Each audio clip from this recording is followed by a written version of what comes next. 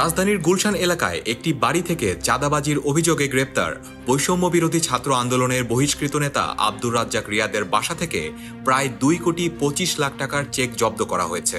আজ বুধবার ঢাকা মেট্রোপলিটন পুলিশের deputy commissioner Talibur Rahman DMP media সেন্টারে এক সংবাদ সম্মেলনে একথা জানান। আপনারা জানেন, রাজধানীর গুলশানে সাবেক সংসদ সদস্যের বাসায় গিয়ে 50 লাখ টাকা চাঁদা দাবি মামলার একটা ঘটনায় 5 জন রিমান্ডে রয়েছে। তাদের একজনের বাসা থেকে 2,25,00,000 টাকার একটা চেক উদ্ধার করা হয়েছে এবং এই ঘটনার প্রেক্ষিতে পৃথক একটি মামলা কলাবাগান থানায় প্রক্রিয়াধীন রয়েছে।